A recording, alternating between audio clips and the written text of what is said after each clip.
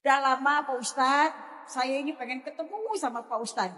Jadi terinspirasi dengan coba setelah saya membuka YouTube Pak Ustadz katanya banyakin istighfar seperti tukang roti yang beristighfar untuk ketemu dengan Imam Syekh Ahmad. Jadi alhamdulillah saya terharu benar Pak Ustadz. Jadi bisa ketemu dengan Pak Ustadz. Jadi tadi itu mohon maaf Pak Ustadz, saya agak grogi juga nenek-nenek ini. Mudah-mudahan. Jadi biasanya Pak Ustadz menangani pemuda-pemuda hijrah. Kalau ini mah saya nenek-nenek hijrah Pak Ustadz.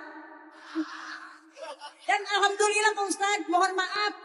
Pak Ustadz tuh nggak dok-dok banget kata saya Pak Ustadz. Alhamdulillah gagah ternyata ketemu langsung Pak Ustadz. Alhamdulillah. Apakah doa-doa saya setiap saat dan juga sodakoh-sodakoh yang saya lakukan atas nama beliau bisa sampai Pak Ustadz? Dan apakah beliau mendahului saya, jodoh saya nanti di akhirat? Pertanyaan saya itu Pak Ustadz. Karena selama ini saya merasa belum menjadi istri yang baik. Jadi ketika beliau meninggal, betul-betul saya jatuh down sekali. Saya punya 1 anak dan 2 cucu. Mereka yang menguatkan saya. Sehingga saya selalu dengan apa yang ditinggalkan beliau. Dan alhamdulillah beliau meninggalkan rezekinya untuk kami, anak dan istrinya. Jadi saya itu insya Allah selalu bersedekah atas nama beliau. Apakah itu sampai Pak Ustadz? Itu pertanyaan saya Pak Ustadz. Allah berfirman, A'udzubillahi minasyaitonirrajim, Bismillahirrahmanirrahim. وَالَّذِينَ آمَنُوا وَاتَّبَعَتْهُمْ ذُرِّيَّتُهُمْ بِإِيمَانٍ أَلْحَقْنَا بِهِمْ ذُرِّيَّتَهُمْ وَمَا أَلَتْنَاهُمْ مِنْ عَمَلِهِمْ مِنْ شَيْءٍ كُلُّ امْرِئٍ بِمَا كَسَبَ رَهِينٌ. Dan orang-orang yang beriman beserta anak cucu mereka yang mengikuti mereka dalam keadaan beriman, kami pertemukan kembali mereka dengan keluarga mereka di dalam surga. Dan kami tidak akan mengurangi sedikit pun pahala dari kebaikan mereka. Setiap orang bertanggung jawab atas apa yang dikerjakannya. Jadi bukan saya yang jawab pertanyaan Bu Aan, tapi Allah di dalam surat At-Tur ayat 21. Syaratnya satu aja, kalau pengen ketemu dengan suami, jangan sampai kita wafat kecuali dalam keadaan beriman. Cuman itu syaratnya. Kalau Bu Aan bisa istiqomah, insya Allah husnul khotimah, nanti pasti akan ketemu lagi sama suami. Jadi tidak ada perpisahan abadi bagi orang beriman. Dia hanya berpisah sementara aja. Yang satu di dunia, yang satu di akhirat. Tapi nanti di akhirat setelah Bu Aan ketemu dengan suami, kalian gak akan berpisah lagi selama-lamanya. Dan apa yang Bu Aan lakukan di antara amal solih, insya Allah sampai kepada suami. Karena itu bagian dari keluarga. Orang tua, pasangan, anak, insya Allah sampai semuanya. Dan itu bagian dari pahala jariah. Jadi niatkan buat suami, niatkan amal-amal solih dengan sedekah, dengan membantu orang, dengan ibadah-ibadah sunnah gitu ya.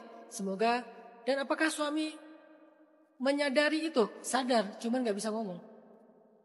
Kenapa? Karena orang yang sudah wafat itu bukan terputus dengan kita jadi kayak nggak ada hubungan sama sekali. Dia terhubung, bahkan dia tahu keadaan kita, hanya dia tidak bisa berkomunikasi. Makanya dalam pandangan Ahlus Sunnah wal Jamaah, kita tuh meyakini bahwa kalau kita ziarah kubur, kita ngomong, ahli kubur itu mendengar, cuman nggak bisa balas. Kalau bisa balas kan nanti kita kabur ya. Tapi dia mendengar. Apa dalilnya? Salah satu dalilnya kata ulama, setelah terjadi perang Badar, setelah orang-orang kafir Quraisy itu seperti Abu Jahal itu dikuburkan dalam satu kuburan, Nabi berdiri di atas kuburan itu dan bertanya, wahai orang-orang yang durhaka, apakah kalian sudah mendapatkan apa yang Allah janjikan kepada kalian? Karena kami pun sudah mendapatkan apa yang Allah janjikan untuk kami, kata Nabi. Lalu para sahabat bertanya, ya Rasulullah, apakah mereka mendengar ucapanmu?